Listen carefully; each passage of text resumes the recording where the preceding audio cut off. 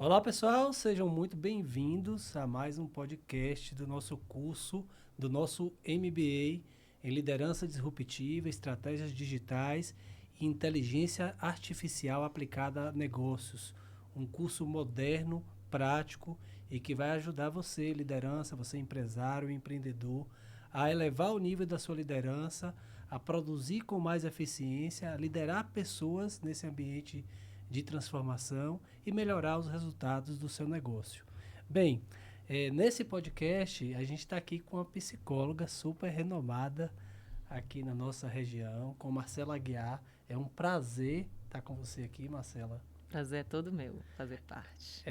A gente já há algum tempo queria convidar a Marcela para falar um pouco mais de profundidade sobre os aspectos comportamentais, da própria psicologia, que eu acho que circundam todo esse ambiente empresarial. Não vou nem falar de IA ainda, Perfeito. que a gente está discutindo aqui no curso. Perfeito. Um ambiente de pessoas, né? Então, onde tem gente, tem psicologia. Exatamente. Então, é uma parceria legal. Exatamente. Neste módulo que vocês vão começar a assistir a este podcast, a gente está tratando, Marcela, já para a gente ambientar aqui, sobre liderança, cultura organizacional, sobre os impactos da IA nas pessoas, né, e como elas recebem essa inteligência artificial, porque a gente entende que não é sobre tecnologia, é também sobre pessoas. E aí, eu não fiz uma apresentação sua, eu queria que você falasse um pouquinho quem é Marcela Aguiar, para o público te conhecer um pouco mais. Então, eu sou psicóloga, né? Formada há 20 anos. Já passei por vários movimentos dentro da psicologia. Hoje a minha formação, né, estrutural, eu sou psicóloga clínica, trabalho com casais, com famílias, mas trabalho com grupos, né? E esse tema, né, da liderança e da gestão é um tema que atravessa, né, o meu consultório, porque é um tema também muito familiar, né?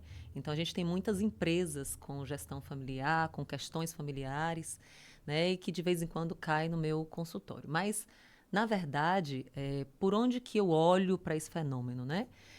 A partir do que eu entendo que é um lugar colaborativo, um lugar de construção coletiva. Então, a minha formação hoje, né, que é uma formação na abordagem sistêmica, eu olho para os fenômenos sempre como fenômenos coletivos, né? Então, entendendo que os fenômenos coletivos, eles são criados no contexto relacional, eu entendo que a formação de líderes, né, a formação da própria gestão é um lugar em que a gente pode discutir num âmbito mais coletivo, comunitário, que é um lugar que eu me interesso muito, que me debruço muito e gosto muito de estudar. Muito bom. Eu acho que dialoga muito com a nossa proposta também.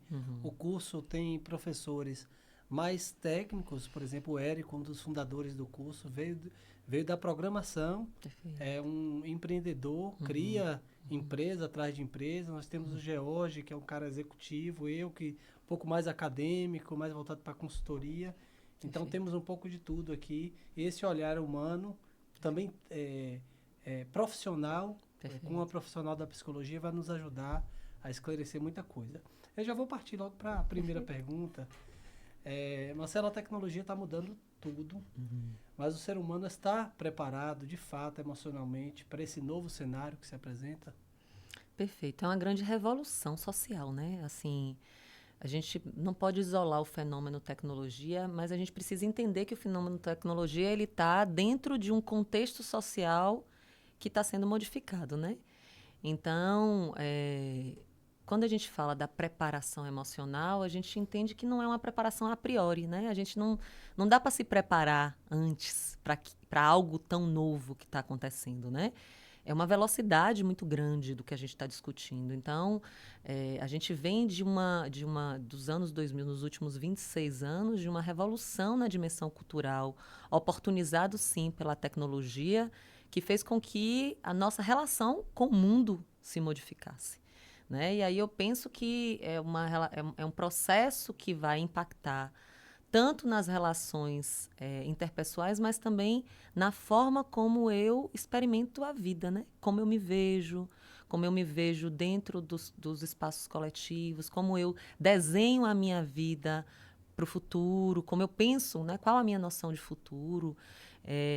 Eu penso que essa grande modificação ela teve impacto na forma como a gente pensa a nossa casa, como a gente pensa a nossa família, como a gente pensa o nosso modelo de trabalho.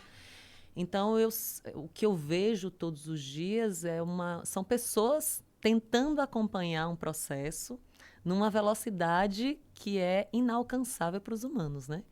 A gente não tem condição fisiológica de acompanhar o que a tecnologia tem proposto. Então, a gente vai precisar se adequar a isso. Uhum. Até a gente aprender a dominar, né, essa grande revolução. É interessante ouvir você falar, porque passa um filme na gente em relação à pandemia para cá, né? Perfeito. O quanto a pandemia foi um divisor de águas nesse aspecto da tecnologia. Ninguém usava o Zoom, ninguém usava o Meet. O ChatGPT é de lá para cá também, né, para falar de uma das inteligências artificiais. Então, é um movimento muito recente. Perfeito. Você já tocou em alguns temas aí que nos fazem refletir que, tá bom, a inteligência artificial tem esse impacto todo, né? Mas tem coisas que são exclusivamente humanas, né? Perfeito. E aí eu queria te perguntar já, em relação à ansiedade, pressão, insegurança, aumentou nesse novo contexto? Quais os impactos que você vê no consultório, nas pessoas de um modo geral? Com certeza, né? Estamos vivendo também uma era de uma grande revolução na saúde mental, né? Os impactos na saúde mental da tentativa de acompanhar esses processos já são visíveis, né? Os números, eles são alarmantes, né? Fala-se, inclusive, de uma pandemia, né? No Brasil, inclusive, né? Temos dados já consistentes com relação às dores, né? dessa experiência, que é uma experiência na tentativa, né? É como se a gente estivesse emocionalmente acelerados, né, para tentar acompanhar isso que não acaba, não se encerra, né? Mas tem coisas, e aí está a grande sacada, que eu acho que a sua pergunta ela é sensacional, porque tem coisas que são exclusivamente humanas, né? Ainda que a máquina domine muitos processos, uma condição de correlação de informações e de leituras, mas tem leituras que elas dependem da relação. E aí eu acho que a grande condição humana e biológica e de uma necessidade fisiológica é a relação, né? Nós somos sujeitos gregários. A gente nasceu para viver no coletivo, né? Não se vive sozinho. A gente não vive isoladamente. Então, é uma necessidade humana. Portanto, a tecnologia, num processo em si mesmado, em que ela isola, ela não tem condição de entregar essa dimensão, que é uma dimensão que tem um recorte emocional, que devolve emocionalmente, né? Quando a gente diz, por exemplo, dessa condição de necessidade humana, eu preciso do olhar do outro. Eu preciso do seu para mim. Eu preciso do seu olhar para mim. Então, quando eu falo o que eu estou falando e vejo em você a aprovação, isso, na minha necessidade de afirmação, né, nas células espelho, em toda a dimensão do que o meu cérebro, né, mas não só o cérebro, mas tudo que eu aprendi culturalmente me devolve, né, eu vou encontrar ancoragem. Então, tem recortes dessa relação pautada nas emoções, pautadas na ética, né? Essa ética que me devolve também uma condição de existência. Então, eu existo sob os seus olhos. Eu não sou mais um número, né? Então, eu tenho um nome, eu tenho um CPF, eu tenho uma especialidade, uma condição de existência que me torna única, pelo menos no seu olhar. Então, a ética vai me devolvendo isso. Então, tem condições que são importantes que elas não são substituíveis. Né? Então, baseada nisso, a gente vai precisar lançar a mão de tudo isso que ela nos traz, mas reconhecendo que um bom trabalho ela vai passar pelo humano. Sim. Até porque essa tecnologia não trouxe um chip que mudou a cabeça do ser humano. Perfeito. Inclusive, para operar tudo isso, a gente precisa de alguém que tenha, né, essa condição de leitura, essa consciência de si, essa consciência do outro. Né, que isso é exclusivamente humano. A gente vai direcionar agora um pouco mais para a questão da liderança mesmo. Você está falando de um mundo onde as pessoas se sentem mais sobrecarregadas por esse ingrediente tecnológico, porque eu vejo muito isso acontecer nas empresas, de trazer a tecnologia e a inteligência artificial para fazer coisas que eram que ela fazia, que hoje a IA faz com mais rapidez, mas as pessoas estão mais sobrecarregadas, porque esse tempo livre, elas estão fazendo mais coisas, Perfeito. né? E o papel da liderança nesse contexto, né? Perfeito. Para gerenciar tudo isso nesse grupo. E aqui eu estou falando liderança no sentido mais amplo mesmo, liderança de grupo, Perfeito. né? Pode ser um líder empresarial também. Perfeito, Como é que você vê isso? Essa é uma boa pergunta da gente pensar nessa função desse líder, porque um líder, nesse momento, ele é um agregador, né? Ele é alguém que propõe o entrelaçamento entre a técnica e essa dimensão humana, né? Então, se a gente está dizendo que existe algo que é da dimensão exclusivamente humana, o líder é quem fomenta essa dimensão. Sim. Então, o que eu vejo é que não adianta a gente ter um repertório, excelentes técnicos isoladamente, porque a gente acaba tendo poucos resultados quando a gente não consegue correlacionar essa técnica com a ampliação do que esse humano criativo pode entregar. Então, a criatividade, né, e as inovações e toda a dimensão do que é possível construir dentro da dimensão da liderança, ou dentro da dimensão dos produtos que serão entregues, ela passa pelo olhar do líder, né? O líder é quem vai conseguir fazer essa leitura, mas principalmente conseguir visualizar oportunidades na dimensão do que eu vou reconhecendo o que cada pessoa é capaz de me dar. Né? Então, se eu estou dizendo que a relação é quem salva, se eu estou dizendo que a ética, e eu digo aqui, eu quero deixar um ajuste aqui, o que eu falo sobre ética, que eu acho que também é importante a gente conceituar. Né? Eu não estou dizendo daquela ética do que deve ser feito na ética aristotélica, né? Na ética coletiva. Eu estou dizendo de uma ética voltada, né, muito mais uma ética relacional. Né? Hoje a gente já discute essa dimensão ética a partir de alguns autores como Maturana, em que ele propõe uma ética em que eu e tudo que eu trago na minha vida de importância, os meus valores, se encontram com a sua vida e os seus valores. Então, como é que, como líder, eu posso retirar de você, aplicado dentro da cultura do que eu preciso dentro dessa empresa, o seu melhor, né? Porque se eu também não consigo te alcançar enquanto sujeito dentro dos seus valores, eu não consigo tirar de você o que você tem de melhor. Você vira apenas uma máquina de replicar produtos. Sim. O que não é interessante, o que a gente mata na criatividade e na inovação. Sim. Né? O que você está me dizendo é que sem uma qualidade relacional, não existe uma liderança sustentável. Perfeito. Né? Porque ela se estabelece com base na confiança. Perfeito. Né? Perfeito. Bem, você trabalha com psicologia, atende pessoas. Até vou dar uma dica aqui para você que está matriculado, você que se interessa em fazer esse curso, que esse curso não é para programador, alguém que quer dominar tecnicamente a IA. Mas, fundamentalmente, claro, você vai compreender a IA, tem muitas disciplinas práticas sobre isso, mas preparar a empresa para esse novo contexto. Né? E aí a atuação como líder, Marcela, é fundamental. Porque é criar esse ambiente de colaboração. Porque os ambientes disruptivos precisam de alguém operando a IA. Perfeito. Precisa de alguém cuidando das pessoas que vão tratá-la. Então, isso é fundamental. Aí eu queria te perguntar, dentro da sua abordagem enquanto psicóloga, qual o papel da escuta nas organizações, da liderança e do cuidado, né? Ou isso ainda é visto como uma fraqueza do líder? Como é que tem alguns rótulos aí, né, do líder mais duro, né? Mas especialmente da escuta e do cuidado com as pessoas que estão naquela equipe. Se a gente pensa também num líder autoritário, né, tecnicista, a gente vai para uma condição de liderança que é uma condição de liderança muito isolada, né? Assim, eu falo com os números, eu falo com os resultados, eu falo com os dados e também eu falo com a falta, né? Se a gente parar para pensar, todo o processo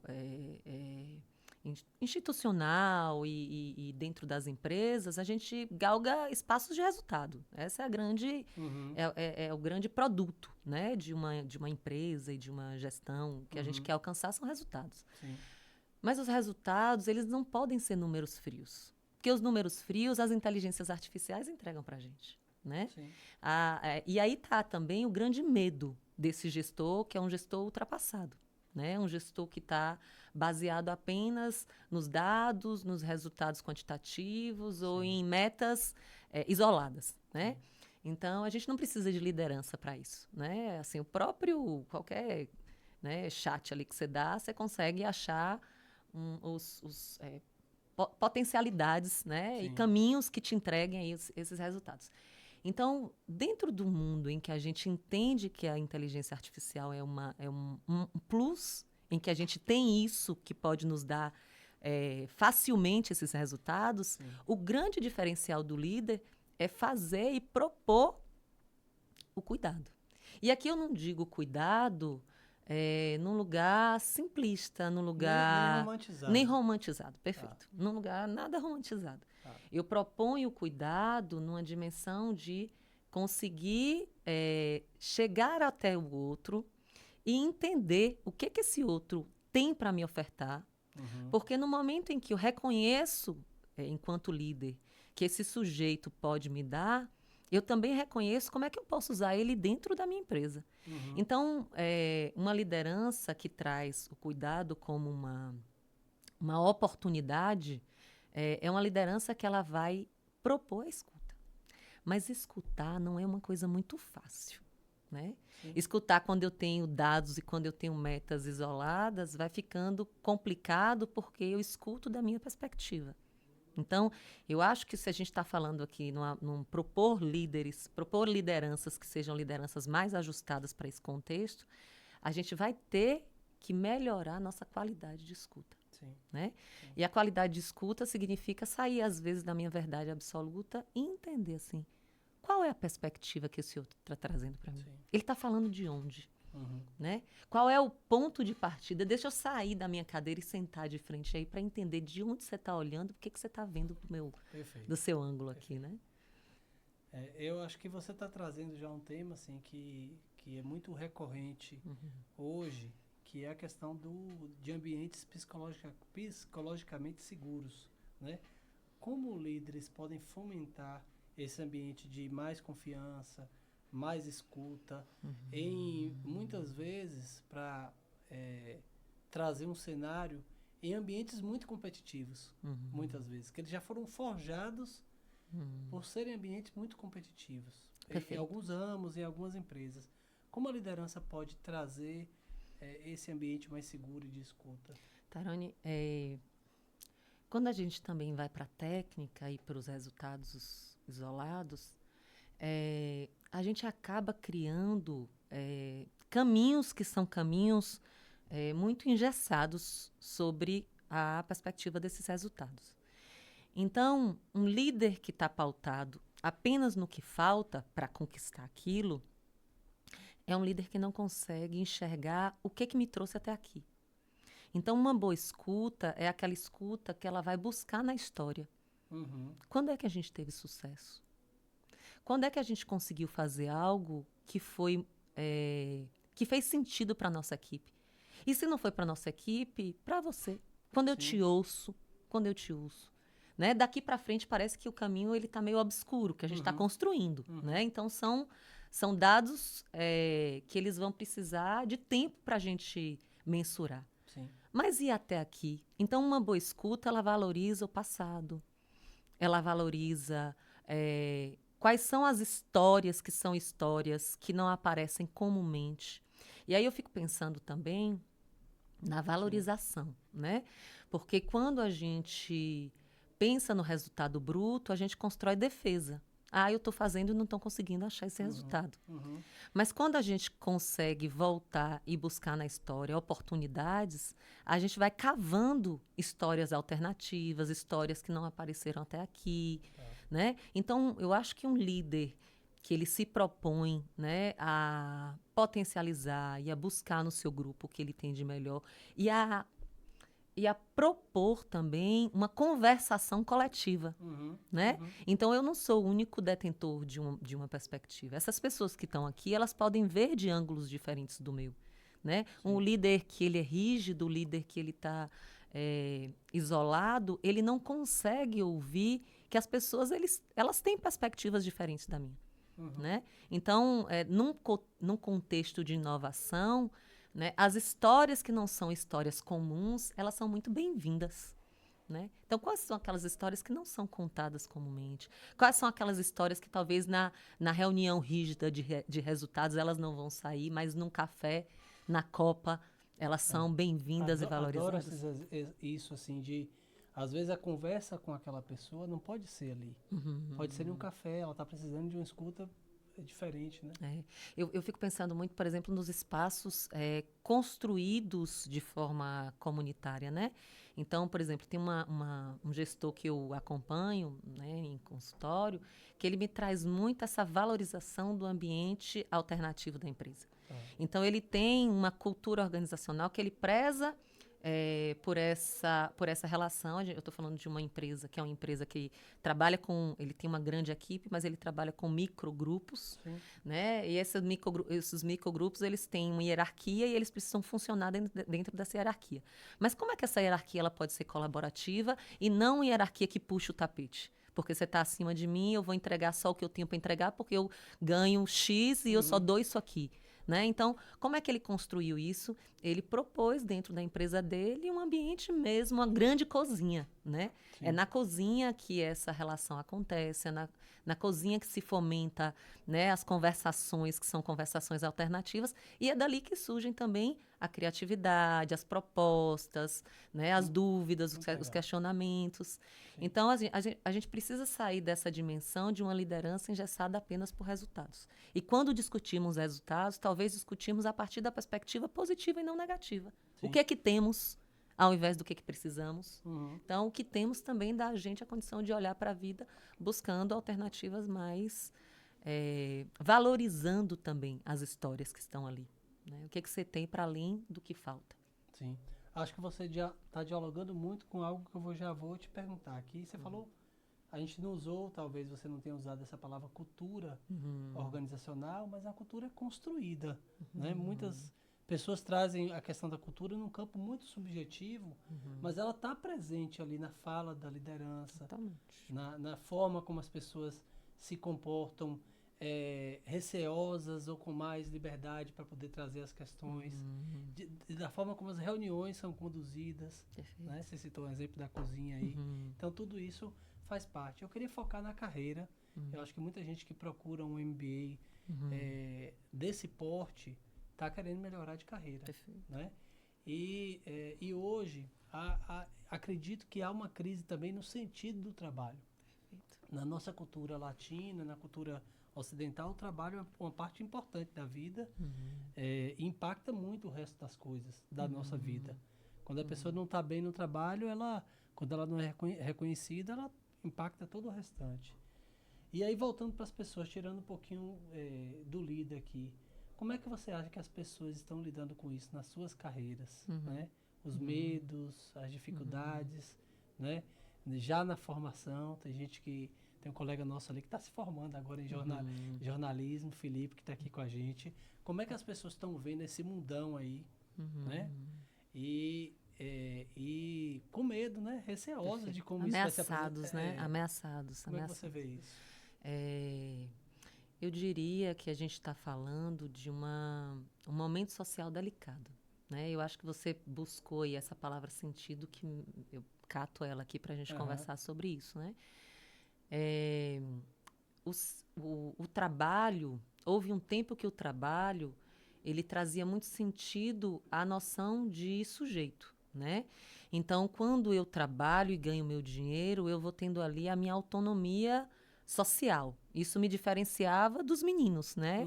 Então, o processo de deixar de ser filho e passar a ser pai, passar a ser empresário, passava pelo dinheiro e pelo trabalho. Então, o trabalho me dava uma condição de ter um lugar, uma linguagem, né? Eu falava e o outro me respeitava porque eu tinha um capital ali simbólico que era ser um trabalhador. A gente teve um grande boom, eu acho, nos últimos anos. Eu acho não, tenho certeza.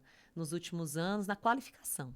Ok. Então, hoje a gente tem pessoas que elas têm acesso muito mais facilmente às universidades, elas têm oportunidades, né, no sentido de pós-graduação. A internet, ela faz isso também, ela oportuniza, né, para quem quer o diferencial, também consegue encontrar ali. Mas quando a gente vai para esse caminho todo, e a gente vai nivelando a qualificação em alguma medida, né? Hoje em dia não é tão mais difícil ter alguém que tem um MBA, um mestrado de qualidade fora do país, dentro do país, com nomes como vocês, por exemplo, estão propondo. É acessível, as pessoas podem fazer isso. Então, o que me traz o diferencial para fazer parte do mercado, né? E aí, de novo, a gente precisa discutir o sentido em estar aqui, né? Porque tendo essa qualificação, espera-se que você comece no mercado com uma condição salarial, uma condição financeira que te dê acessos. E os acessos passaram a ser o grande sentido da vida quando o Instagram lhe diz que uma vida de sucesso é o acesso, né? Sim. Então, as redes sociais, elas fizeram com que a gente nivelasse a vida por uma dimensão de poder, e o poder é a partir do acesso, né? Então, o trabalho, ele deixa de ter sentido naquilo que eu construo e conquisto e só passa a ter sentido pelo que me dá de acesso. Entendi. Então, é uma grande crise social, né? Estamos vivendo uma grande crise social. Enquanto isso, a gente tem também uma potencialização de um mercado, né, do capital.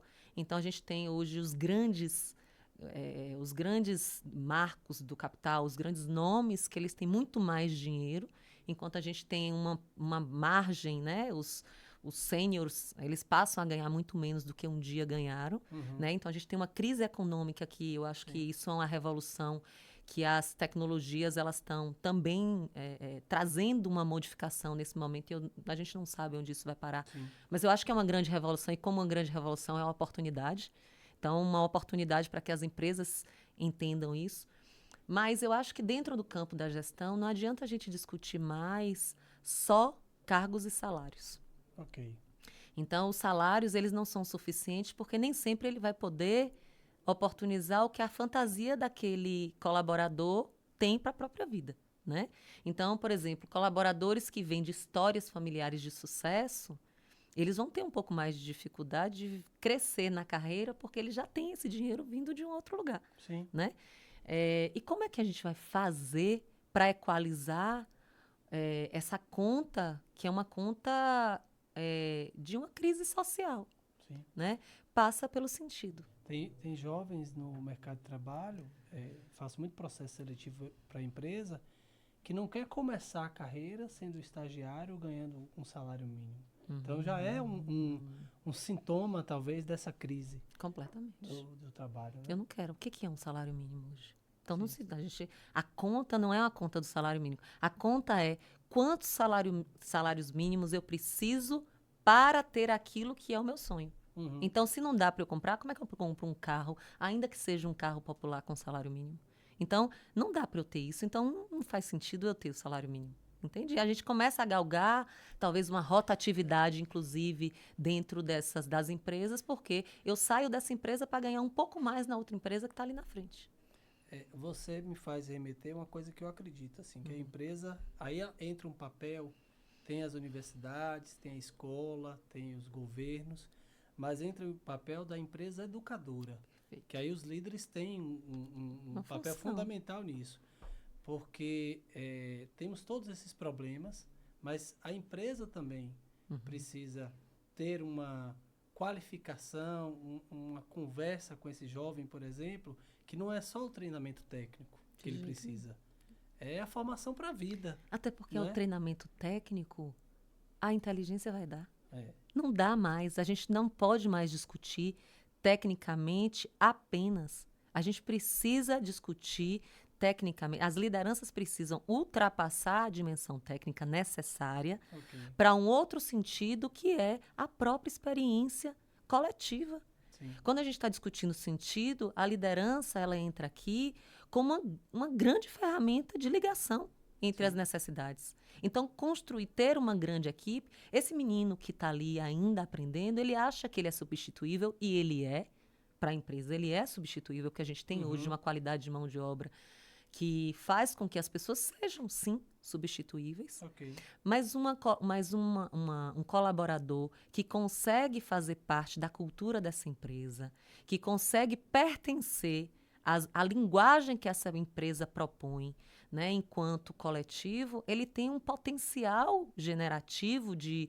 duplicação, de ampliação, que é um grande valor para essa empresa. Sim. Mas o colaborador só vai descobrir isso se ele tiver uma boa liderança que olhe para ele e diga: você é bom, você sabe fazer isso, você fez isso muito bem, que massa, olha isso aqui que você fez, vamos trazer isso aqui para mostrar. Então, assim, tem algo que se valoriza e que vai demonstrando e valorizando esse profissional, que vai dando a ele o sentido da existência dele naquela empresa. Então, a grande sacada hoje é devolver a esse colaborador, né, a importância dele, porque nisso eu devolvo eticamente para ele quem ele é, a importância dele ali dentro, e ajudo ele a desenhar o sentido dele naquele espaço. Sim. Isso dialoga muito. É interessante, gente, para quem já assistiu alguns módulos desse curso, porque o objetivo é justamente trazer essa visão da tecnologia, como eu falei, desses instrumentos todos que a gente tem, ferramentas e tudo mais, que agregam muito valor às atividades da empresa, na automação dos processos. Mas não, a conversa nossa aqui, Marcela, me parece sempre voltar para o humano, porque ele tem algumas necessidades que não serão supridas aqui. E tem uma coisa que você falou que eu acho que dialoga muito com isso, que é a visão de curto ou de médio e longo prazo. Porque se você pensar nos resultados, vamos falar de negócios aqui, nos resultados de uma empresa, se você pensar no curto prazo, acho que nós conversamos isso numa aula também, é muito melhor ir pelo técnico ali, que você consegue aquele resultado no curto prazo. Você bate aquela meta comercial, audaciosa, financeira no curto prazo. Agora, a sustentabilidade do negócio, desses talentos, né, que se perdem pelo caminho, as empresas reclamam de alta rotatividade, as pessoas entram e saem. Essa sustentabilidade do negócio a longo prazo, esse é o grande desafio da liderança, que passa muito, não só por isso, mas por uma gestão de pessoas muito, muito bem feita, né? Eu fico pensando que a gente está dizendo de fomentar experiências de confiança, sabe? Experiências que façam sentido para esses colaboradores, potencializar conversas internas e relações que devolvam para esse colaborador a importância dele nessa equipe, né? Tá. Porque muitas vezes esse cansaço emocional se dá porque ele não se sente parte daquilo, ele não se sente reconhecido. E o líder não comunica. Não comunica. Né? O líder acha que a pessoa sabe, adivinhou. Que não precisa dizer, né? Não precisa dizer assim. Nós batemos metas, né? Eu discuti, inclusive, com uma outra paciente, cliente minha, que ela dizia muito assim, eu faço parte, ela fez uma carreira muito forte em empresas multinacionais, né? E ela fez uma opção de morar numa cidade, né, que é a nossa cidade aqui na região, em que essa multinacional ela tem braço, mas que ela tem um teto. Ela não cresce mais dali.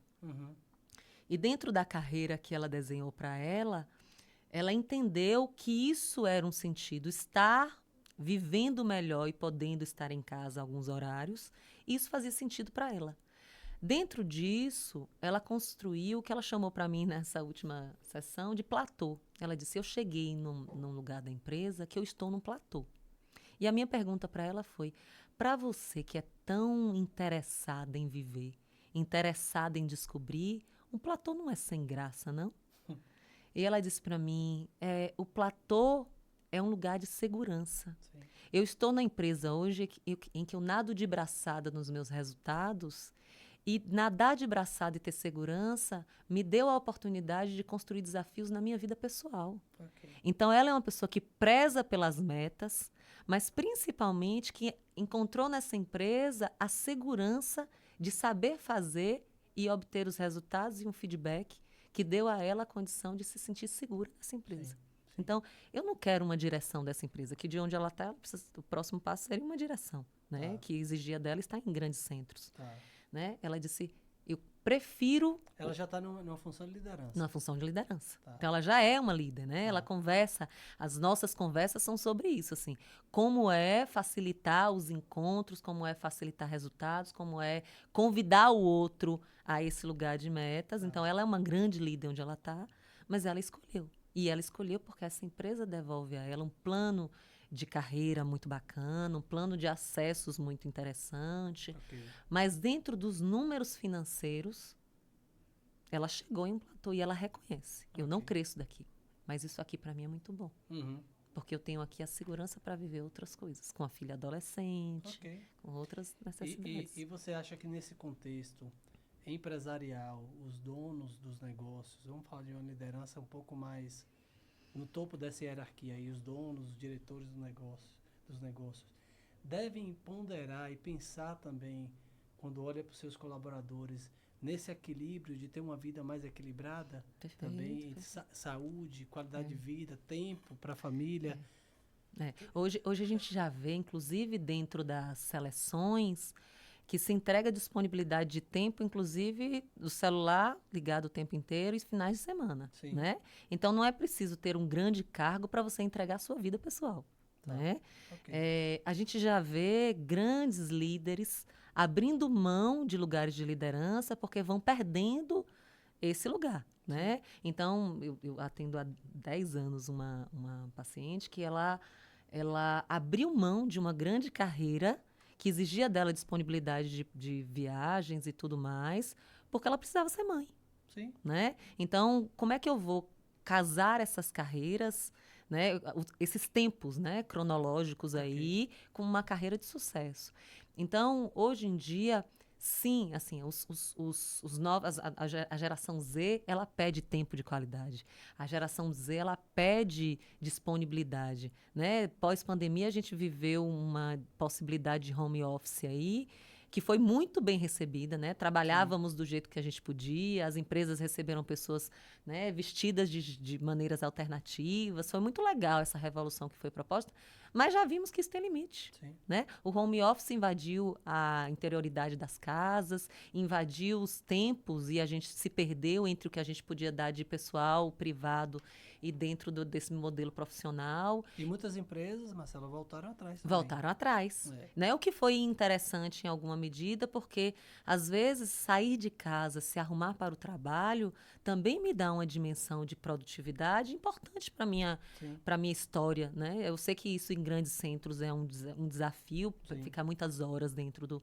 Mas existem coisas que só se faz no coletivo. Colaboração. Colaboração no coletivo, olho. olho no olho, né? É importante. É. Então, o home office é bem-vindo, a flexibilidade é bem-vinda, pensar em modelos de trabalho que valorizem a oportunidade do descanso é muito bem-vindo para que a gente faça separações importantes. Acho que a gente Eu vou caminha me para dar. modelos mais híbridos, né? Perfeito. De que haja espaço ali para tudo isso. Perfeito. Eu vou me dar em tudo que eu tenho de potencial para que eu possa ter o outro tempo. E o Sim. outro tempo é a valorização desse descanso, é a valorização desse outro lugar que me dá flexibilidade, que eu reconheço que o tempo doméstico, né, em que eu estou trabalhando de short, de pijama, né, ele é tão bem vivido que ele não é o comum, mas ele é uma oportunidade. Então, eu acho que caminhar e desenhar isso, inclusive, de vez em quando, personalizando. Sim. Então, eu tenho isso para esse colaborador que me entrega tal coisa, que tem Sim. essa necessidade. Então, como é que as empresas vão desenhar isso? É tudo muito novo.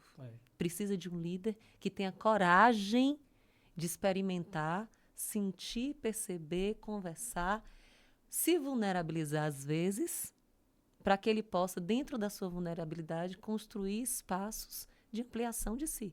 E quando eu digo se vulnerabilizar, eu não estou dizendo ficar fraco, não estou dizendo, né, estar chorando entre os grupos, não é sobre isso, mas é dizer, eu não sei, Sim. Você me trouxe uma coisa que eu estou perdido. Me fala um pouco dessa sua perspectiva aqui. Deixa eu aprender com você aqui. Porque às vezes não é sobre a minha competência, ela não é descredibilizada quando eu não sei. Esse é um paradigma a ser vencido em algumas empresas. Assim, o líder sabe, quem vai falar com ele não sabe. Não sabe. Então eu Perfeito. pergunto para ele, já está. Né? Perfeito. E o colaborador que se sente no lugar de não sabe, às vezes ele tem a faca e o queijo na mão e a gente passa um tempão para construir uma coisa que poderia ser construído num diálogo, Sim. numa conversa honesta, no lugar de nunca pensei por esse ângulo, me fala um pouco mais sobre isso, até para eu discordar de você. Então eu posso discordar de você, mas deixa eu entender o que você está falando aí, porque eu discordo completamente. Mas deixa eu ver seu ângulo aqui. Então, isso é ampliar para o diálogo. É valorizar o ponto de vista contrário ao meu e eu não preciso abrir mão do meu. Sim. Eu só preciso entender que tem um outro, que tem uma outra ideia, que é uma ideia mais... que pode me abrir, inclusive a partir do viés da diferença, outras perspectivas que eu não tinha pensado. Sim. Eu acho que a sua fala aqui só reforça, gente, o fato da importância de trazer uma psicóloga também, sabe? Para conversar sobre essas coisas e para mostrar que não é sobre tecnologia. Ou não é só sobre tecnologia, tem muito mais. Marcela, a gente já vai caminhando aqui para o final, né? A gente vai te trazer outras vezes aqui para a gente poder dialogar mais e ampliar essa discussão. Mas eu queria te perguntar, assim, algumas coisas, voltando lá para a inteligência artificial, nesse mundo que se apresenta aí, né? O que não pode ser perdido em meio a tanta tecnologia? Não pode ser perdido o olho no olho. Não pode ser perdido sentir com. Então, as emoções, né? Deixa eu perceber. Deixa eu sentir o que você está sentindo. Deixa eu me colocar no seu lugar. Então, as relações, elas são significativas, elas são preponderantes, né? Elas são oportunidade. Não pode ser perdida a ética, né? A ética, ela é estrutura, ela é o pilar, né? Relacional de uma empresa. Então, essa ética que me coloca em responsabilidade com o que eu ouço, em responsabilidade com o que eu sinto e com o que eu percebo do meu colaborador. E, principalmente, não pode me faltar a consciência, que é um exercício de pensar sobre essa experiência, de refletir sobre essa experiência, de colocar toda essa experiência dentro dos meus valores, né, para que eu possa, baseado neles, experimentar relações que sejam potencialmente formadoras, transformadoras, né, que só vai acontecer de humano para humano, de sujeito para sujeito, de vida para vida, de perspectiva para perspectiva. Então, cada pessoa que entra na empresa, ela modifica as experiências. E, por último, aí, que conselho você daria, não sei se a palavra é conselho, dica, você daria para líderes que querem crescer sem perder a humanidade, crescer profissionalmente, entregar resultados e sem perder a humanidade? Eu diria que terapia é bom, é um bom lugar. Sim, verdade. Né? Conhecer de si, conhecer suas vulnerabilidades, conhecer suas fragilidades, ajuda você a botar a lente sobre as suas potencialidades, né? Então, um líder potente, ele sabe onde dói, né? E saber onde dói ajuda também ele perceber onde é que eu tenho força, onde é que eu posso investir mais, onde é que eu tenho isso como força, inclusive me ajuda a me proteger onde dói, né? Então, eu diria que um bom líder é aquele que tem um movimento reflexivo, né, potente. Ele não para na dor, né? Ele não para onde machucou. Ele usa aquilo que machucou como uma oportunidade de crescimento. Sim. Não é que não doa, não. Dói, né? Dói ser questionado, dói, né, ter medo de ser posto à prova. Sim.